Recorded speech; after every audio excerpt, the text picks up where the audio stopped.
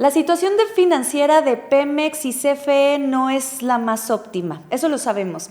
Pero aquí hay una pregunta, ¿las pensiones y todos los beneficios laborales que se les da a los trabajadores están haciendo que todavía sea más delicada su situación financiera? Hoy en Daily Energy retomamos un trabajo periodístico muy interesante que habla acerca de esta situación. Además, vámonos con esta información que estaba generando mucha preocupación. Ayer el jefe del Pentágono, Pete Hegseth, de Estados Unidos, señaló que se van a iniciar operaciones armadas por tierra en los países en donde haya narcotráfico. Esto con el apoyo de los 19 países de América Latina y el Caribe que conforman la coalición en contra del narcotráfico. ¿Se acerca un problema mayor en el continente americano?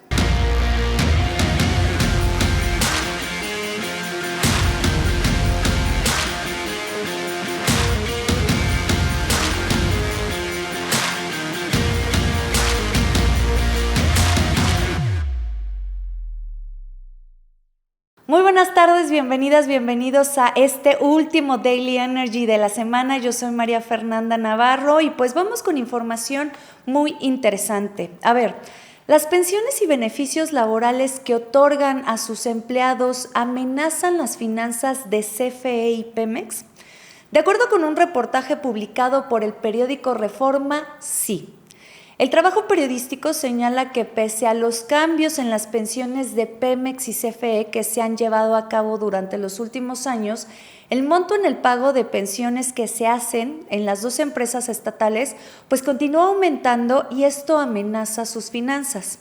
Entre las dos empresas, estos pasivos suman 2.1 billones de pesos que equivalen a 2 veces el presupuesto del sector salud o los recursos a programas insignia del gobierno como becas y apoyos a jóvenes y personas de la tercera edad.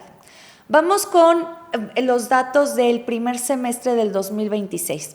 El gasto en pensiones y jubilaciones, prestaciones médicas, apoyos económicos, préstamos financieros, aguinaldos, pago a becas a hijos de trabajadores y otros beneficios contractuales en Pemex nada más, llegó a 1.506.000 millones de pesos. Esto representa un incremento anual de 10.9% en comparación obviamente al primer semestre de 2025. En tanto, los recursos que destinó la Comisión Federal de Electricidad a este mismo concepto ascendieron a 554.2 mil millones y representa 25.3% más que el mismo periodo del año pasado, esto de acuerdo con reportes de la empresa. Ahora, los pasivos por beneficios a los empleados de esas compañías se incrementaron solo en el primer semestre 10.9% y 25.3% respectivamente, pese a este tope de pensiones y programas de austeridad que se han estado aplicando durante los últimos años. Además de los pasivos laborales, tenemos que tomar en cuenta que las dos empresas gubernamentales están enfrentando presiones por deuda, costos financieros, necesidades crecientes de inversión y mantenimiento, así como problemas de rentabilidad y productividad. El monto en el gasto de pensiones a extrabajadores de estas empresas estatales ha sido un debate de largo aliento. Hay que acordarnos que el año pasado el gobierno de la presidenta Claudia Sheinbaum afirmó que no habría más pensiones millonarias de exdirectivos de entidades estatales. ¿Se acuerdan? Aquí en Daily Energy hicimos mucho análisis de ese tema y le dimos seguimiento. Hay que recordar también que para este año se propuso una reforma para limitar las pensiones doradas, así le llamaban en Palacio Nacional. Se aprobó en Fast Track en el Congreso de la Unión, se aplicaron recortes a los montos de las jubilaciones de los extrabajadores y menos de 3 meses de esos movimientos, el gobierno federal suspendió los cambios, corrigió el monto máximo de las pensiones y se reintegraron los recursos que dejaron de percibir durante esos meses los extrabajadores.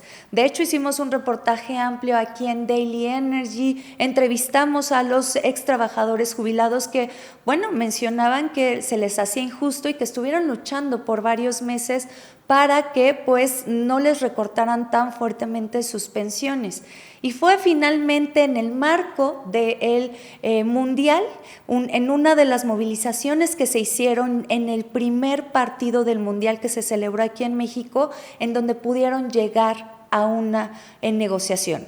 Entonces, así el gobierno de Claudia Sheinbaum pues pasó de apuntar con firmeza que se acababan las pensiones de entre 400,000 y hasta 1,000,000 de pesos que recibían extrabajadores de confianza del gobierno a, pues de forma muy silenciosa, corregir una reforma que pues tenía muchos errores y que impactó a miles de jubilados e incluso provocó pues impactos en su salud física y mental. La propuesta enviada en marzo de este año al Congreso de la Unión limitaba estas pensiones al 50% de la remuneración presidencial, equivalente a 70,000 pesos mensuales, lo que impactó a aproximadamente 12,000 trabajadores.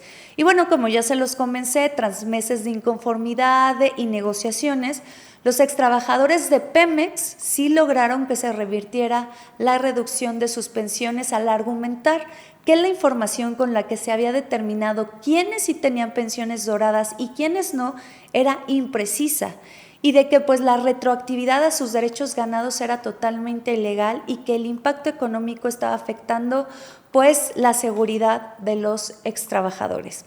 Yo sé que es un tema bastante polémico, lo sé porque he visto la respuesta cuando en Daily Energy abordamos estos temas. Por un lado, están los derechos de los trabajadores, pues sí, a tener una remuneración digna, algo que en México no estamos acostumbrados, con este tipo, pues sí, de beneficios, becas a sus hijos, una jubilación digna también y otro tipo de prestaciones. Sin embargo, también está este otro ángulo, la presión constante en la que se encuentra Pemex y CFE en sus finanzas. Muchos especialistas que han pasado por esta mesa han señalado justamente eso.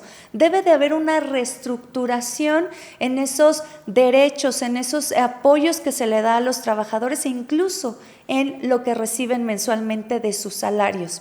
Así que yo sé que es un tema bastante polémico, por eso está abierto nuestro canal de comunicación en este chat de comentarios. Déjanos todos los comentarios que tengas, alguna duda en torno a este tema. Como ya lo mencioné, pues retomamos este reportaje interesante de Grupo Reforma en donde habla justo cómo es que estas pensiones y derechos que tienen los trabajadores cada día va en aumento y pues que está impactando negativamente las finanzas de CFE y Pemex. Te leemos en nuestros comentarios, también a través de @petróleo y energía. Vamos con nuestro segundo tema del día y uno quisiera tener un tema más light, más tranquilo porque es viernes. Pero voy a hacer una pregunta que probablemente te va a causar alerta. La pregunta es, ¿se avecina un conflicto armado en el continente americano? Esta pregunta que estoy haciendo no es exagerada. Después de todo, ayer el jefe del Pentágono, Pete Hegseth, advirtió que es posible una intervención militar de Estados Unidos a Cuba y además ataques al narcotráfico por tierra a diversos países de América Latina. Los ataques en contra del narcotráfico serán con el respaldo de esta coalición contra los cárteles de las Américas que está encabezado por Estados Unidos y 18 países de América Latina. Ahí les va. América Latina y el Caribe: Argentina, Bahamas, Belice, Bolivia, Chile, Colombia, Costa Rica, Ecuador, El Salvador, Guatemala, Guyana, Honduras, Jamaica, Panamá, Paraguay, Perú, República Dominicana, Trinidad y Tobago. Y bueno, los únicos que no están integrados prácticamente es México y Brasil.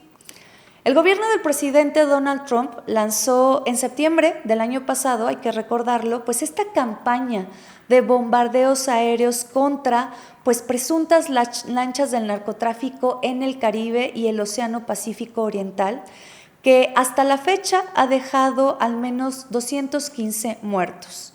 De hecho, también aquí lo estuvimos documentando también en Daily Energy, incluso por ahí mencionamos que uno de los ataques fue muy cerca del territorio marítimo mexicano. Ahora, el jefe del Pentágono sostuvo ayer que a corto plazo Estados Unidos espera desplegar junto a sus aliados una capacidad operativa como la que vieron con estos ataques a lanchas de droga en el Caribe y el Pacífico. Hegseth subrayó que pues, su advertencia a los cárteles va en serio, desde aquí abajo en el tráfico de cocaína hasta el fentanilo en las plazas de México. Así fue lo que dijo. Además de los remanentes de las guerrillas colombianas que definió como objetivos legítimos. Hegseth también defendió la letalidad contra los ataques en estas supuestas narcolanchas que, según pues, especialistas en leyes y organizaciones de derechos humanos, pueden constituir ejecuciones extrajudiciales. Sus palabras fueron: no vamos a pasar por un proceso judicial donde sabemos que serán liberados. Vamos a destruir estas redes con todas las capacidades del gobierno estadounidense. Una amenaza prácticamente. Ahora, retomé un análisis de Inside Crime, en el que señala que hay dudas sobre lo que realmente puede lograr esta coalición, porque la coalición está integrada principalmente por gobiernos de derecha interesados en alinearse con la estrategia de Trump, con la reciente inclusión de Colombia, con este nuevo gobierno de Abelardo de la Espriella. Sin embargo, Brasil y México no participan, que son dos países centrales para el tráfico de drogas en la región.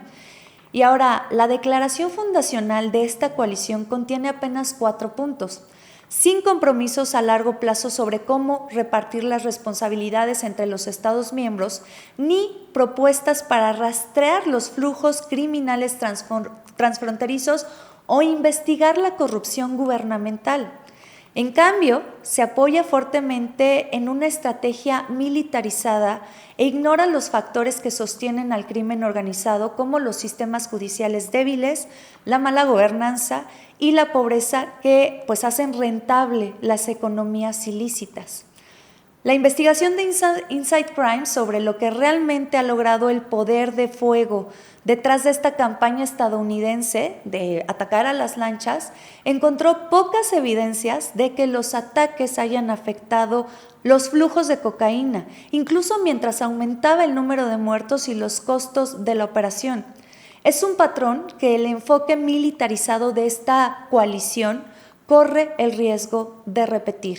Eso dice un análisis bien interesante de Inside Crime. Y ahora, pues yo quiero que tú me digas qué piensas acerca de este tema, que me parece bastante delicado.